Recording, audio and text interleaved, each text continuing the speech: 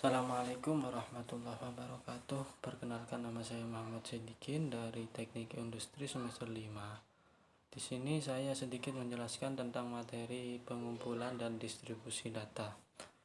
Yang pertama yaitu pengertian data. Data adalah kumpulan fakta, angka, objek, simbol, dan peristiwa yang dikumpulkan dari berbagai sumber.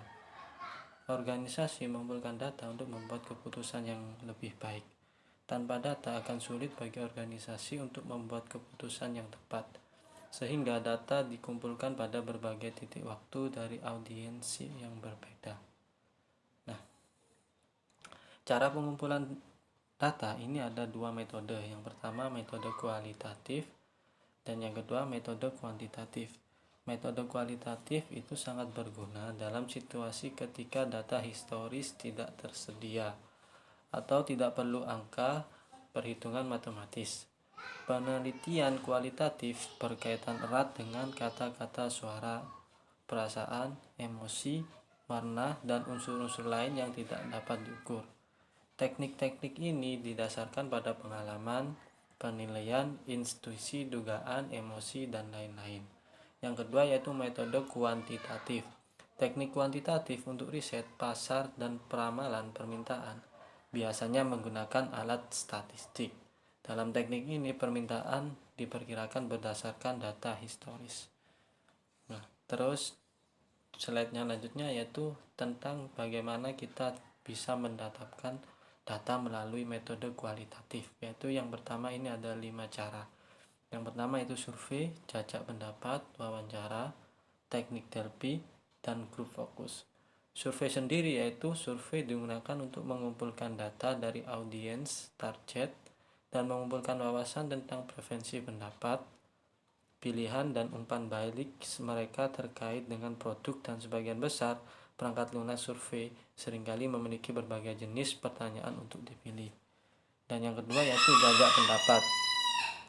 Jajak pendapat terdiri dari satu pertanyaan pilihan tunggal atau ganda. Ketika diperlukan untuk memiliki denyut nadi cepat dari sentimen audien, Anda dapat melakukan polling.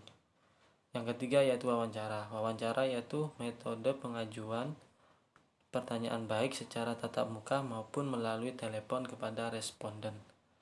Yang keempat yaitu teknik Delphi. Teknik Delphi sendiri yaitu metode pakar pasar diberikan perkiraan dan asumsi perkiraan yang dibuat oleh pakar lain di industri.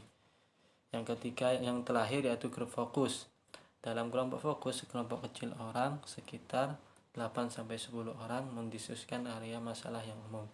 Yaitu kita mengumpulkan fokus ini kita mengumpulkan orang sekitar 8-10 orang lalu mendiskusikan area permasalahan tersebut secara umum.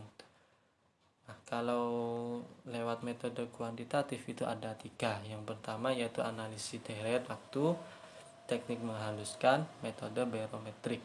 Analisis deret waktu yaitu istilah deret waktu mengacu pada urutan nilai variabel yang berurutan yang terkenal sebagai tren pada interval waktu yang sama. Yang terakhir yaitu yang kedua teknik menghaluskan. Teknik pemulusan dapat digunakan mereka menghilangkan variasi acak dari permintaan historis. Ini membantu dalam mengidentifikasi pola dan tingkat permintaan untuk memperkirakan permintaan di masa depan. Yang terakhir yaitu metode barometrik. Metode barometrik ini adalah peneliti untuk menggunakan metode ini untuk berspekulasi tren masa depan berdasarkan perkembangan saat ini. Ketika peristiwa masa lalu dianggap memprediksi peristiwa masa depan, mereka bertindak sebagai indikator utama. Artinya yaitu kita melihat data yang saat ini perkembangannya gimana. Kalau bagus bisa dijadikan asumsi untuk masa depan, itu menurut metode barometrik. Yang materi yang kedua yaitu distribusi data. Distribusi data sendiri yaitu suatu proses alur data yang diawali dari penginputan, pengumpulan, dan digunakannya data tersebut. Mengapa harus mengetahui distribusi data? Distribusi data sendiri yaitu menunjukkan peluang yang mungkin terjadi dalam penelitian, baik yang dilakukan secara berulang ataupun tidak. Mengetahui distribusi yang dimiliki oleh data akan digunakan sebagai sumber utama. Analisis data tentu menjadi hal yang sangat krusial. Di beberapa metode statistika akan masyarakat, data yang digunakan harus memiliki distribusi tertentu yang harus diingat dan dijadikan catatan. Tak semua jenis data bisa diolah dengan metode analisis yang sama. Sehingga untuk bisa menemukan metode mana yang akan digunakan, kita harus menyesuaikan dengan distribusi yang dimiliki oleh data. Itu teman-teman. Nah, ini adalah salah satu contoh studi kasus pemodelan data tentang warehouse di produksi PT X. Nah, di sini disebutkan tujuan dari penelitian sendiri yaitu memberikan gambaran umum dari kepala distribusi PT X untuk mendukung kegiatan pemantauan distribusi produk dalam hal jumlah produk yang akan didistribusikan ke setiap kantor cabang sesuai kebutuhan. Tujuannya sendiri. Nah, latar belakang masalah yang dialami dari PT X tadi itu yaitu banyaknya jumlah dan keragaman produk yang dibutuhkan, di mana setiap kantor cabang berada berjauhan, menyebabkan perusahaan kesulitan dalam mengumpulkan data produk yang berfungsi untuk proses pemantauan.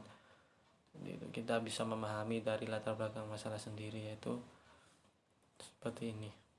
Nah, metode penelitiannya yang digunakan yaitu dengan metode pendekatan kuantitatif, dengan menggunakan metode deskriptif yang melakukan studi banding untuk membandingkan fenomena yang telah ditemukan. Nah, oke, sekian cukup. Terima kasih dari presentasi dari saya. Kurang lebihnya saya mohon maaf. Assalamualaikum warahmatullahi wabarakatuh.